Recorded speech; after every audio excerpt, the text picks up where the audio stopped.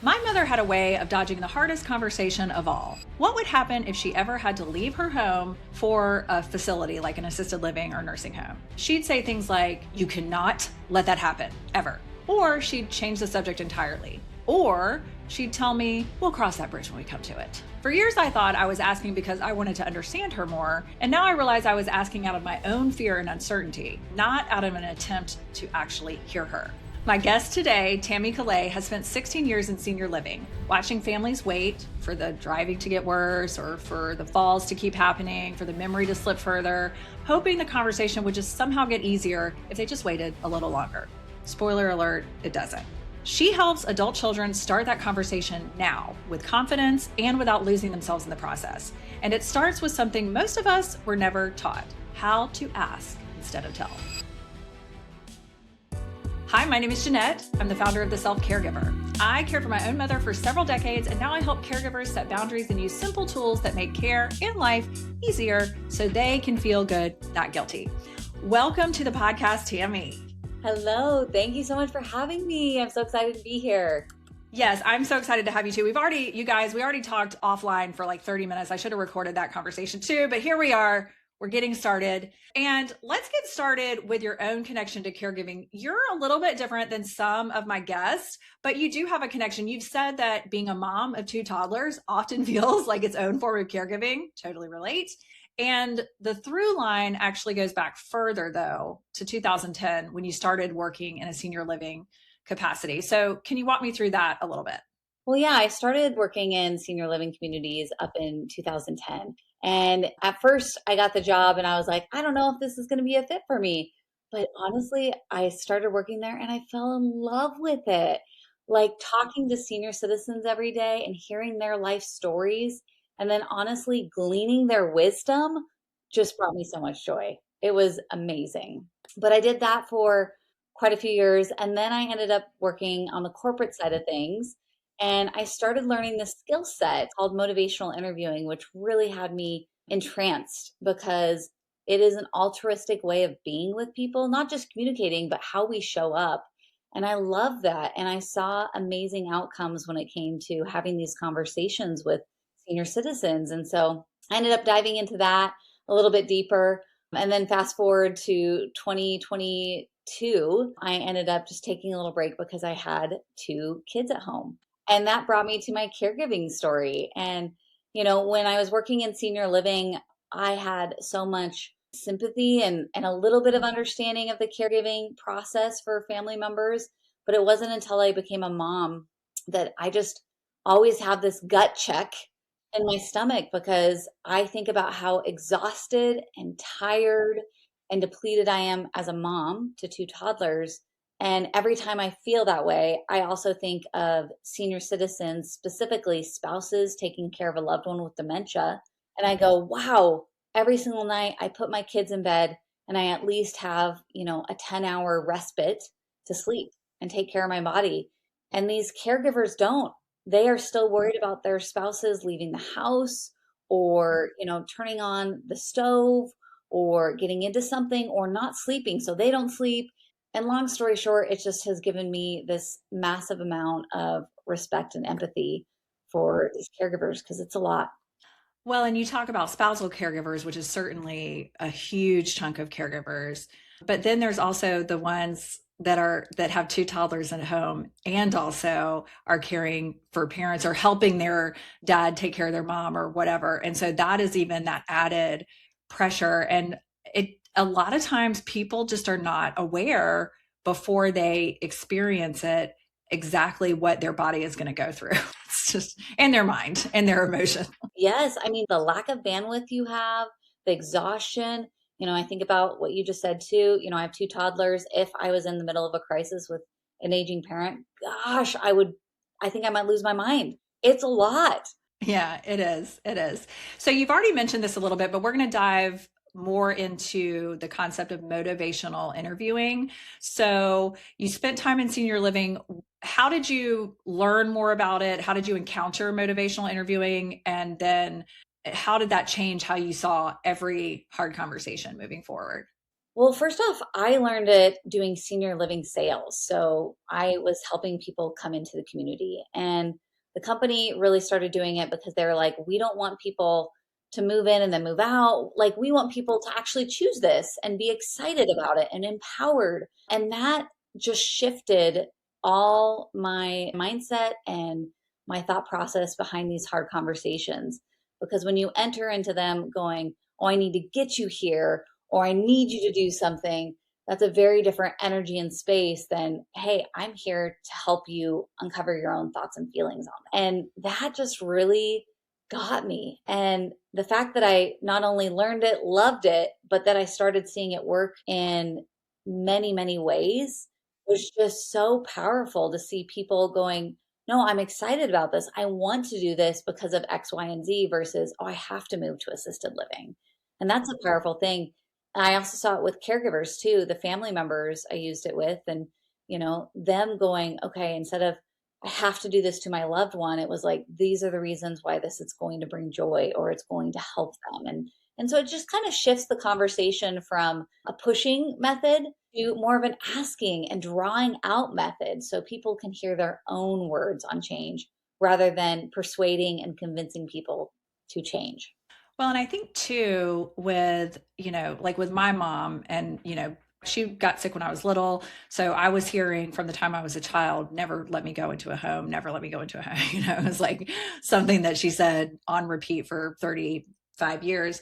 But it took me really talking to her, like, what are you afraid of? Like, why do you not want to, like, other than, the obvious scary television show or whatever, like what is your reasoning behind this? And then I was able to address those reasons with a little bit more practical information than just like exasperation and frustration and fear, of my own.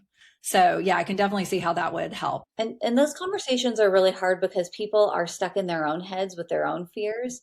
And when we can, again, give them a space to articulate those fears and also share some information, that can be a really powerful place for people to where it doesn't feel like you're pushing them towards it, but you're really just partnering with them. And that's what I think about it. Like, I think of myself as a partnership. I'm here to help you understand your own thoughts a little bit better. Right. And I think too that, there is this, for me, I had a list of things that good caregivers never do that I don't know where it came from. And so, like, I think that having these conversations really helps break down what those beliefs are, where they came from, and whether or not they are actually things that still hold true in your life today. So I think that it sounds like a wonderful way to have conversation. We're going to go a little deeper into the conversations.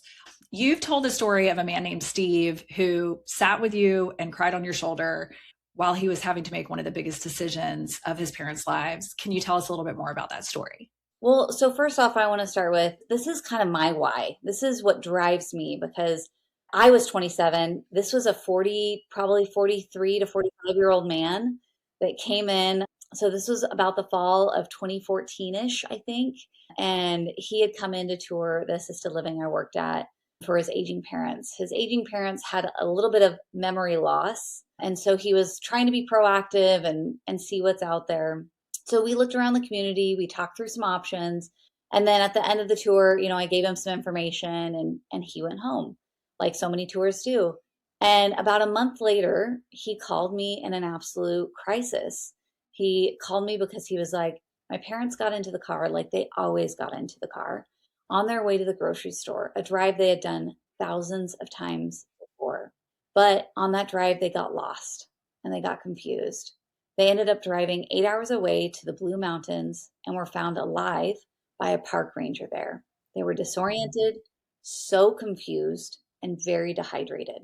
And so Steve called because he was like, I clearly can't leave them home alone anymore. And as he had come in and started looking at options with me, he actually started crying on my shoulder in the middle of the hallway of this assisted living building because he was like, one, I'm an only son and I have no one else to talk through this with. It's just on me. And then secondly, he was like, I wish I would have at least had some conversations with them about what they would have wanted. Because he's like, right now, I feel like I am putting them in this place rather than me knowing this is the place they would have wanted to go if a crisis happened. And he's like, those are two very distinct things. And he's like, I wish I would have had this conversation. So Steve ended up moving his parents in and everything settled down and was calm. But that story just has stayed with me for years because I'm like, these conversations can happen earlier. These situations can be preventable. And honestly, when we have these conversations proactively, it actually creates more connection with our aging parents than disconnection, because suddenly we're actually giving voice to their wishes. And all we have to do as adult children is just follow through on the plan that they create. Right, right. Thank you for sharing that. And, it sounds like you were able to walk Steve through the process and get him to a place where he was able to accept what was happening. But then also that taught you about conversations that families keep putting off. And that's one of the things. It's not just this type of conversation, though this is a big one, but there are other types of conversations that we put off all the time. Can you give me some examples of other types of things that we don't talk about? Well, there's so many different things. Finances, whether your loved ones has the finances to pay for support in the future or not. Another one is also finances. How involved do you want me to be? Before we got on here, Jeanette and I were just talking a little bit about scams. And, the more involved you are as an adult child, the less likely, well, I can't guarantee that, but hopefully the less likely your parent will be to succumb to scams. So having those open conversations can be really helpful. Driving is an easy one not an easy one, but it's one that families often avoid as well. So there's so many different conversations around the aging process that if we just start to open up that conversation and get your aging parents' thoughts on it, it does two things. One, it starts to let them process things so they can think about maybe what they would want, what they wouldn't want, some of those type of things. But two, if you actually can get some clarity as to their wishes, now all of a sudden the adult children just get to come in and execute their loved one's wishes versus become the decision maker, which most adult children don't want to become the decision maker. We want to just honor our parents' wishes. Okay, so let's say a family does finally decide to have the conversation with an aging parent. What's the single biggest mistake they make right out of the gate?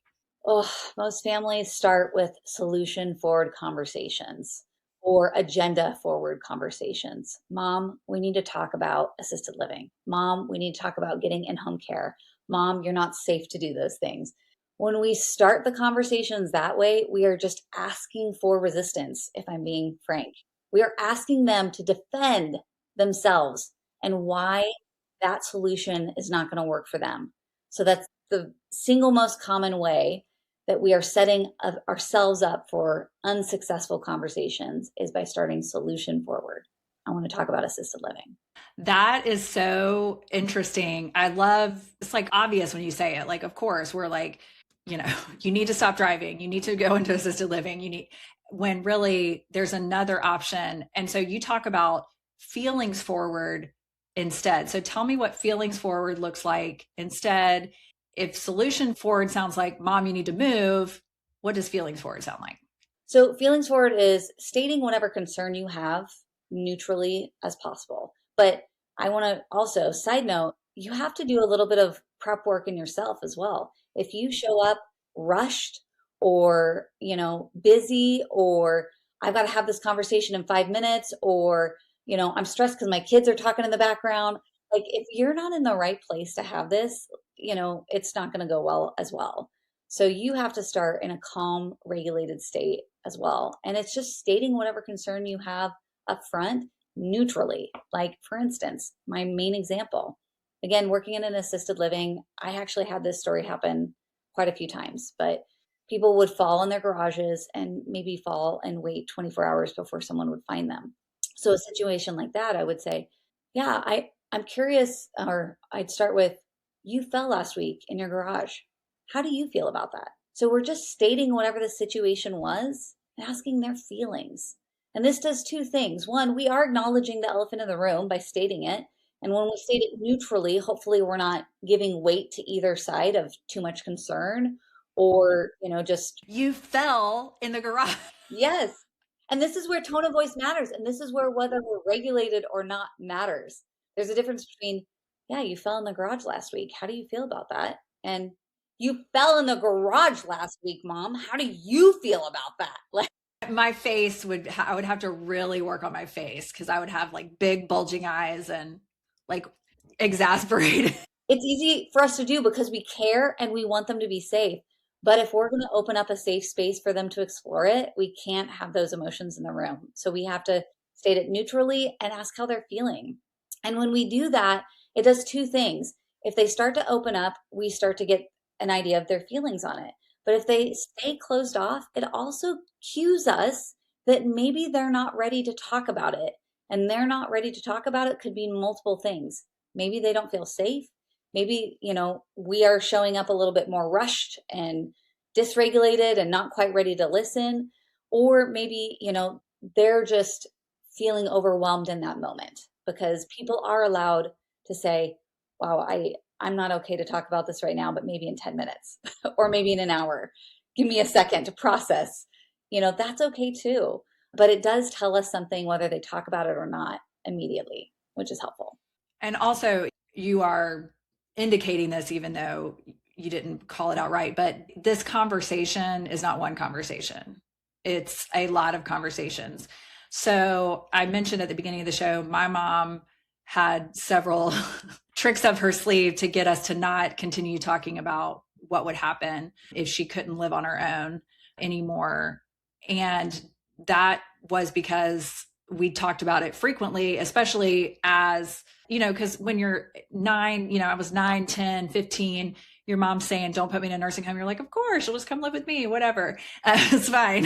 You don't think about it. But as things got more dire for her and more less safe and all these kind of things in my life was changing and all of this, we would have these conversations more and more. And I had to develop, which for me meant I had to get into some therapy, to be perfectly honest. I try to mention this. I think I've mentioned it on every episode recently, but for me, I had to go to therapy because, like you mentioned before, I had to do some work on myself first because I needed to be in the right headspace and be with the right mindset because at this point, by the time I was able to talk about this with her, we were really teetering on the edge. And we were in a holding pattern.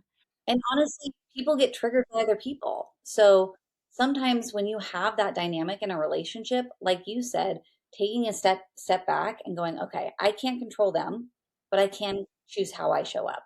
So I'm going to work on myself and get in a better place so I can show up in this situation.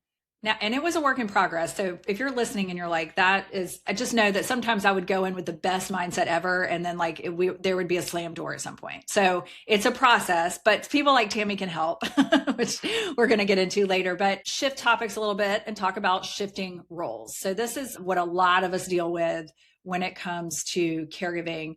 We feel this tension between wanting, this is our parent. They've told us what to do for the most of our lives. And probably even as we're adults, they're still telling us what to do. And if you're my age and, maybe all ages, I don't know, but I feel like there's a certain demographic of people that we were taught to obey our parents, period, end of story. No bartering, no, there wasn't this sense of chit-chatting about it, which I'm not saying is all a bad thing, but that was how it was. Your parents said whatever, you did what they said, which is definitely the dynamic I had with my mom. But we want to stay at least in the dynamic of being the son or daughter. Like, I don't want to be in charge of my parents, and we don't want to parent our parent. You've said that identifying these expectations is a big part of navigating this shift. What does that really look like in practice? And I have my own thoughts as well, by the way. It's acknowledging it and talking about it. So sometimes it's acknowledging your part of the shift or their part of the shift, whatever it is. But it's saying things like, yeah, Mom, I notice sometimes when I show up, I tend to show up as a parent to you. Do you notice this? And how do you feel about that? And that, again, just starts the conversation about this subtle role shift. I will say it's interesting because senior citizens actually play into this role shift sometimes as well. I was talking to an adult son the other day, and he travels for work and he's never in town, and well, he was coming in town for work, but he was also going to see his mom. And his mom was like, "Oh, yes." And I made a doctor's appointment and told him he had to come with me. And I was like, "That's awesome if you want him to be involved, with your doctor's appointment because you want a second set of ears." But she alluded to, that was the purpose, the reason for connection with him. And I was like, in my head, I was like, oh man, there's a difference between, hey, son, I want to spend time with you because I love you. Or, hey, I want you to come to this a doctor's appointment to be my second set of ears because I'm concerned about something.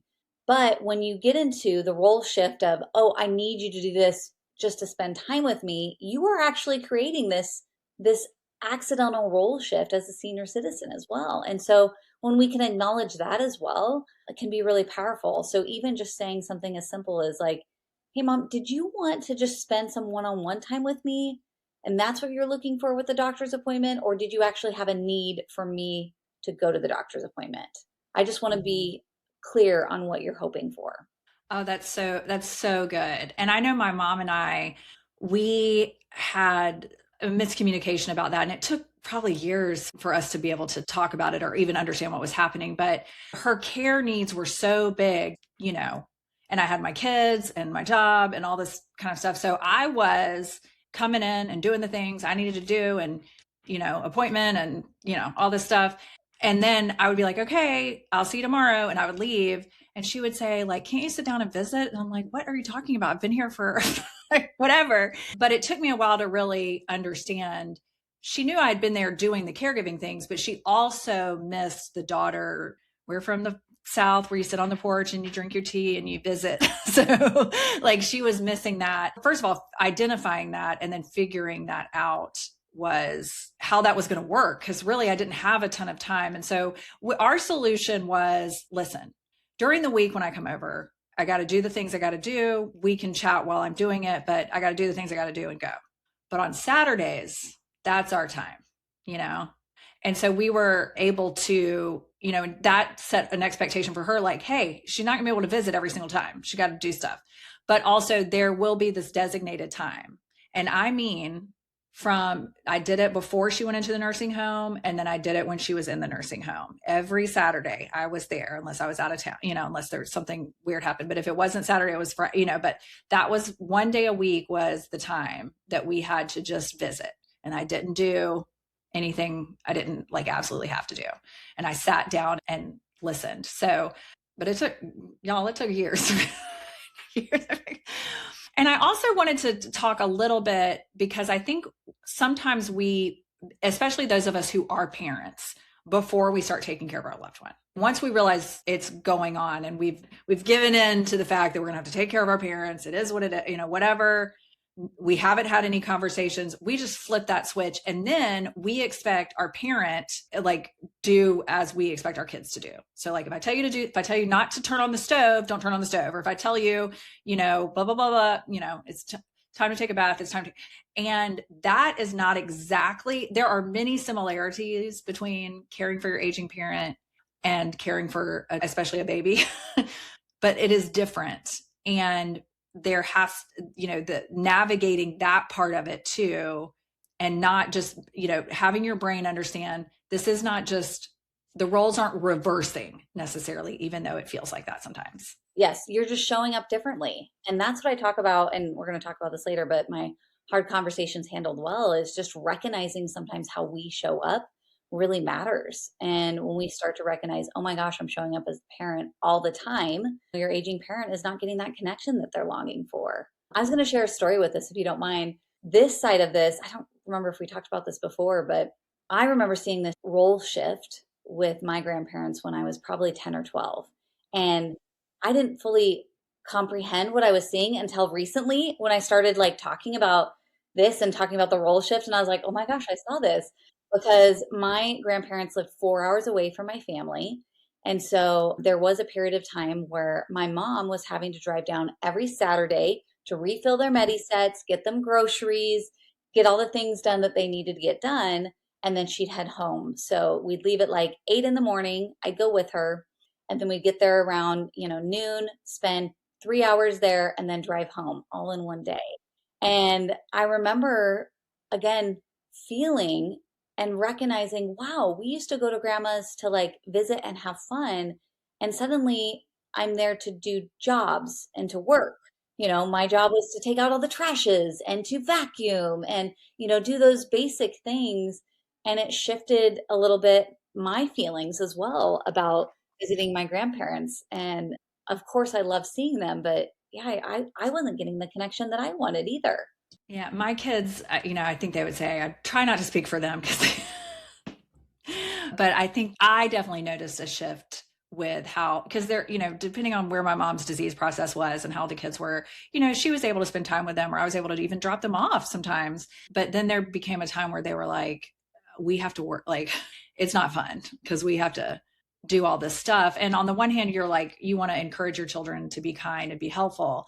But on the other hand, it's like, but also I get it, where you just want to spend time with your grandmother and not have to do chores.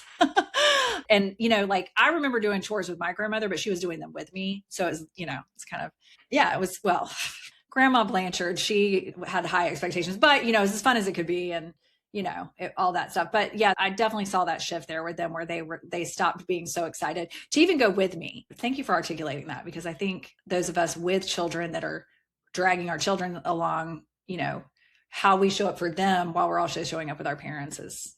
And it's a subtle shift, just like you articulated, Jeanette, like where you said Saturdays are going to be my connection days. Maybe it's, taking, if you're going to be there for 45 minutes, tell your kids, I want you to ask grandma these 2 questions before you start any of your chores. And maybe it's like, tell me your favorite childhood memory and tell me about your best Christmas. Something that brings a little bit of connection before you get to the chores or the things that need to get done. Another thing that we did with that whole, like, on during the weekdays, it's going to be like this, on the weekends, it's going to be like this, was some days I would have an hour, some days I would only have 30 minutes or whatever. So I would make sure when I showed up, I would say, okay, I've got 30 minutes. What do you need me to do? Because that also helped her prioritize what needs to be done now versus what can, a friend or an aide or somebody do later. And so that was really helpful for us. Another thing that really helped with, once I did get the courage and the therapy to have these hard conversations with my mother, was she had all of her cognitive abilities for, so when I was engaging in these questions with her, they weren't easy, but I could use logic and reasoning and emotional intelligence and all of these things, and we could have a conversation. But a lot of caregivers listening, a lot of people are dealing with a loved one's care with somebody who has dementia. And the dementia changes how the conversations work completely. So you've talked about the answer being empathy. And so I want you to talk about how the conversation shifts and maybe anything that we need to know about navigating that resistance with someone who has dementia versus just someone who's being stubborn. Well, there's 2 things I want to acknowledge. First, I want to talk about actually the writing reflex. And it's something, again, in my class or my program, but we all have this innate reflex in us that wants to help people when we see them stuck or hurting or struggling, all these things. And that writing reflex is us wanting to fix it, to solve it, to educate people, make sure they have the right information, or to be direct with them. You need to do this. And again, this comes from a very natural place. We want to do this. And the first thing I want people to recognize is, I don't want you to get rid of this writing reflex, but I want you to be aware of it, because there's going to be times when you have to suppress it. Because when you show up to conversations, especially those with dementia, and this is my prime example I use, is when they look out the window and they go, the sky is green. And we go, no, the sky is not green. That's our writing reflex. We're wanting to correct them because we're like, no, you have the wrong information. But in reality, what helps them the most whenever you encounter resistance is to live in their world, to try and understand what is happening in their world and articulating that for them. Even if they're seeing the sky is green, does that matter? Does it matter if they see the sky is green? No, not really. So yeah, sure, the sky's green in your world. That's okay. It might be a little bit different if we're talking about something else, but even like people with dementia will often talk about, oh, I'm talking to my grandma, and clearly they're not, does it really matter if they're not talking to their grandma? Like, that's where they're at in this moment. we can just live in it with them. And empathy comes around in that space too. When we start to see the world through their eyes, which is what I articulate empathy as, and give words to the experience that they're having, that just brings more connection. When we go, wow, that sky is bright green, they're going to go, oh my gosh, she gets it. She's with me versus going, no, that sky is blue. What's wrong with you? That's disconnection versus connection. Right. I recently had Kirsten Thomas with Kindred Mind Care on, and we talked a lot about validation theory, which is exactly what you're talking about, where when we have someone that has cognitive decline or dementia of some sort, we're not correcting them and arguing with them. We're trying to meet them where they are as much as possible. And the same is true in these hard conversations, which honestly, even what you were describing when you were talking about the motivational interviewing is kind of the same thing, just takes a little bit different. It's the same thing in the sense that we're meeting them where they are, even if they're living in the same world we are and the same reality. And then of course it has to shift a little bit when we're talking to someone with dementia, but the same principle applies. And I think empathy, so we talk about compassion fatigue a lot, but sometimes I think it is true. Compassion fatigue, you have it when you stop being able to feel that empathy sometimes. And so that doesn't mean you don't care. It just means that you might need some space, some time, like we've been talking about, to think about this before you go in, because you're going to have to muster that up even on the, when it's time to talk about these things. But then also maybe it's not the day. Yeah. So one statement that I think people resonate with is a lot of senior citizens will say, I'm not ready for assisted living, or I'm not ready for in-home care, or whatever the thing is, I'm not ready. And, again, my job and what I do is I try to put myself in their shoes as much as possible. I try to imagine myself being right next to them, shoulder to shoulder, looking out at the window together and seeing the same thing that they see in that moment. And sometimes I get it wrong and they'll correct me. But because, again, tone of voice is focused on not telling, it's more just narrating. People tend to go, oh, it's not quite like that. It's like this, versus, no, you got it wrong.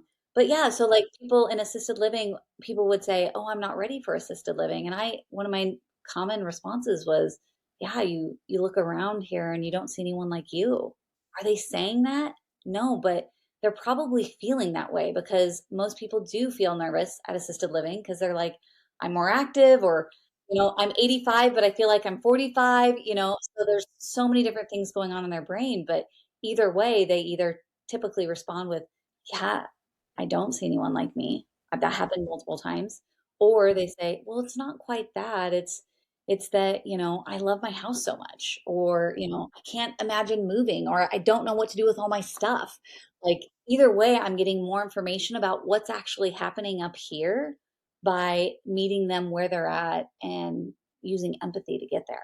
My mom was already in the nursing home when I had a similar conversation with her, but she was actually in the hospital yet again from the nursing home. They sent her over there and she had all this stuff going on.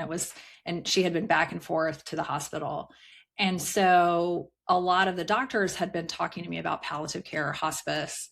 And by then I knew how to have these conversations a little bit differently. So I remember asking my mom, because she was a fighter, if I could just hold on to the next breakthrough treatment or whatever. So she always would push through as much as possible. I knew that about her personality and her character.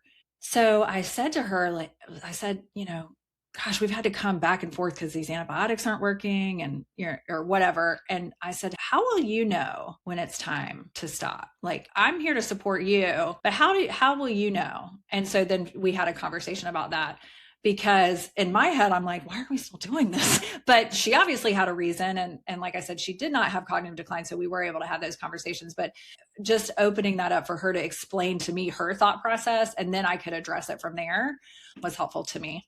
I love that too, because when you start to get them to articulate what's going on in their head, we start to understand what they're feeling and thinking. But when we start to also talk about indicators or signs that you might be ready, then it just starts helping them to process what that future might look like.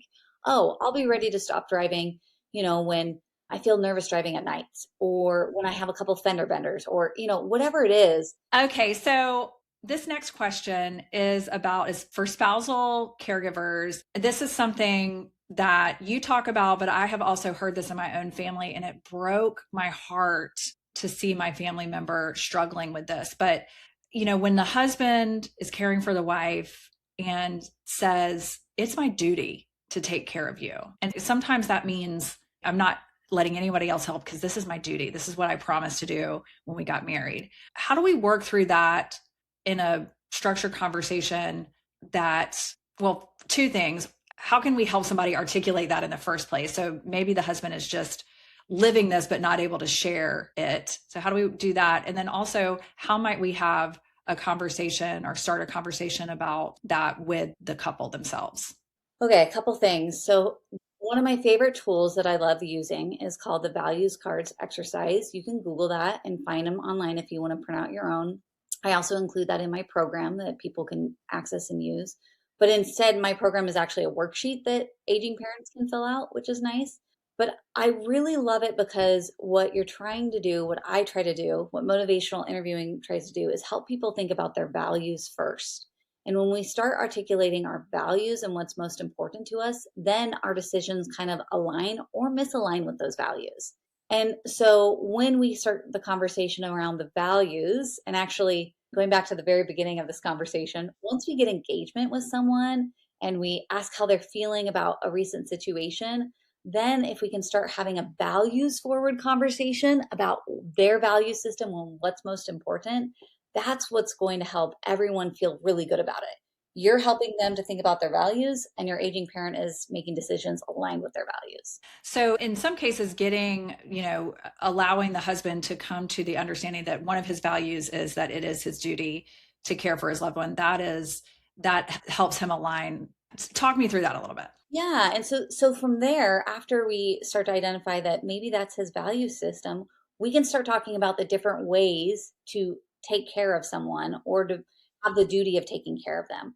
Because oftentimes we get stuck in one mindset. My duty is to take care of someone. That means I'm going to physically be their caregiver.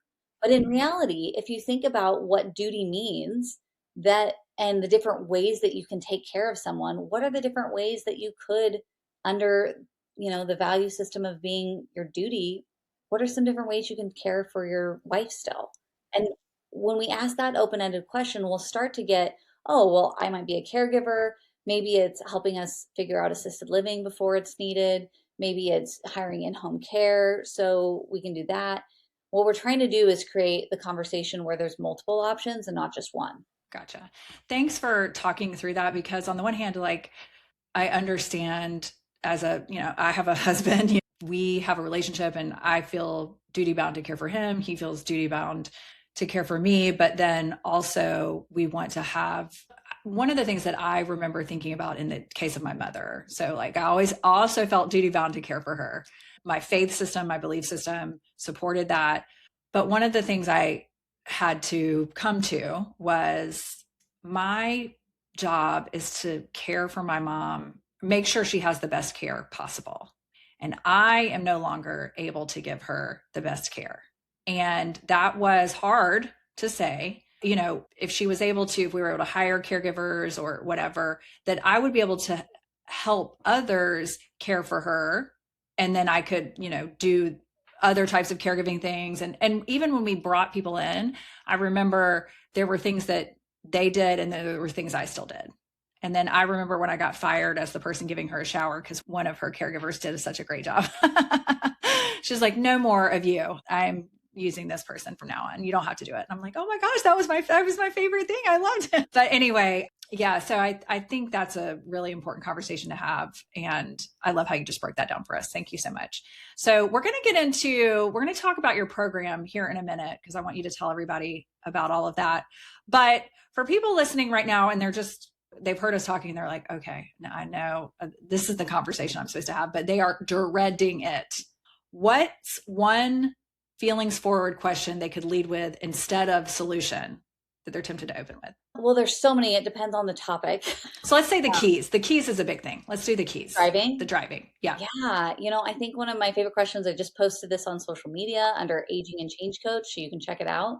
But asking the open-ended question, what's different when it comes to driving?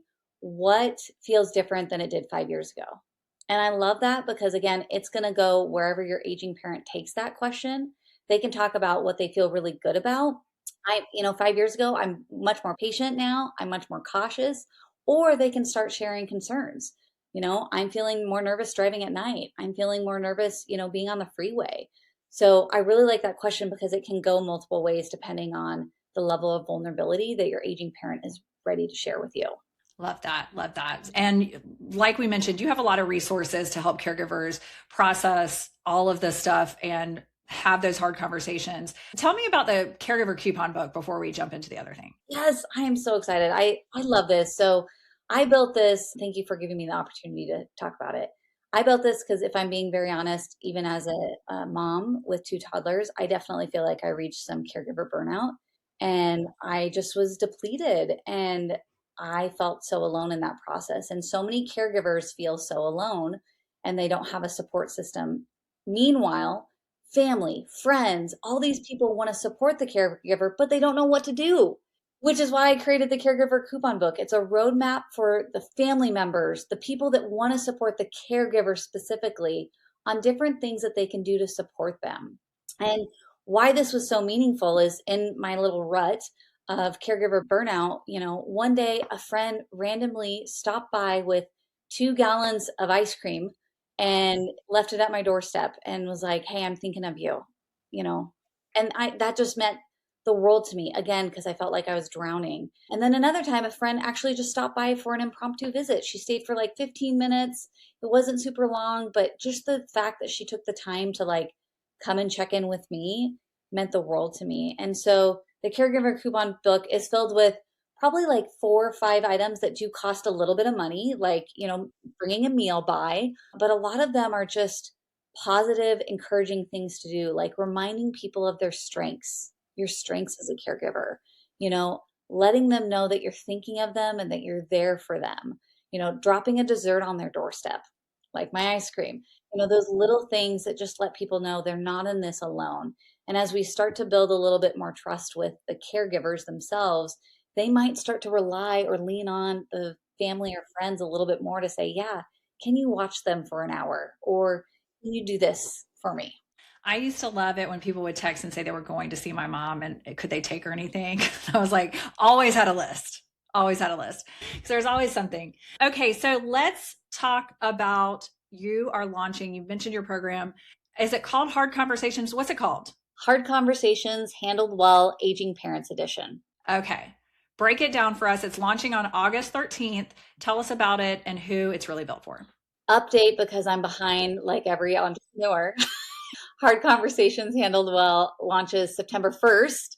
And it's a 5-week program to teach people how to show up and have these conversations more effectively.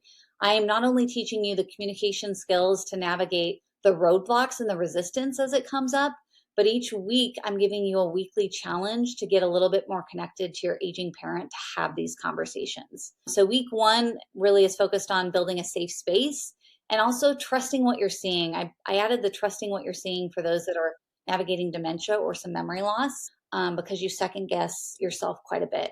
Week number 2, we talk a little bit about ambivalence and we talk about the shifting of roles. And then week number 3, we get into curiosity and how important that is into the process. Week 4 is the powerhouse that I think is my communication skill set, which is reflective statements.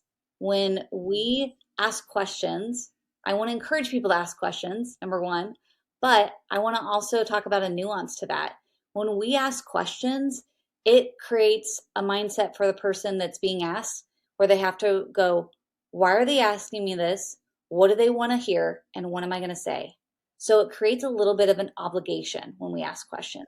Reflective statements, when you start to learn that as a skill set, it allows people this space. It's an invitation to respond without the expectation or obligation to respond. And so that's when someone says, I'm not ready for assisted living. And I respond with, yeah, you look around and you don't see anyone like yourself here. That's an invitation. They can respond if they want to, but they're not obligated. So that's why I like reflective statements in week 4. And week 5 is how do we plan and put all this information together into a cohesive conversation.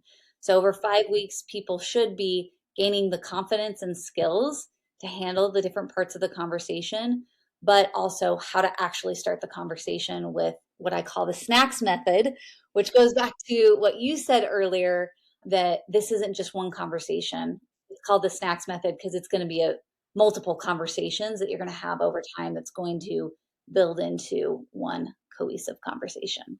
Yeah. Well, and like to your point, I knew I was going to have this conversation with my mother about living in a facility of some sort, but that was not the first boundary I set with her, right? It was little teeny things and then bigger things and then bigger things. And so it sounds like that's what your program walks people through, which is really great. And they can find information about your program, your coupon book, all the things on your website. What's the best place for people to get in touch with you? Yep, on my website, which is www.agingandchangecoach.com. But I always want to encourage people to follow me on social media because I'm sharing lots of tips and reminders and stuff, which is at Aging and Change Coach. And I will link all of that in the show notes. And so I encourage everybody to go to the website, follow her on social media. We're both on TikTok and Instagram, and we try to chit chat with each other from time to time. So that's always fun. We're talking about doing a live soon. So stay tuned for that because that might be happening. And if by the time this episode drops, we've actually scheduled that, I will put it in the show notes as well. So check out the show notes, guys. There's going to be stuff in there. Anyway, so in addition to checking out your website, signing up for your program, getting a coupon book, are there any other resources that you love to highlight for caregivers that they might be able to access today? Well, I always encourage people to join my newsletter because that's where I launch some of my new tools that I'm like, I'm not quite ready to put this out in the world yet, but let me see, if you guys find this helpful. And last week I just launched one for them. So, I mean, there's quite a few more tools when you're in my newsletter. Great. I also wanted to just say another plug for you on social media, but also just in general with the people that you're already working with.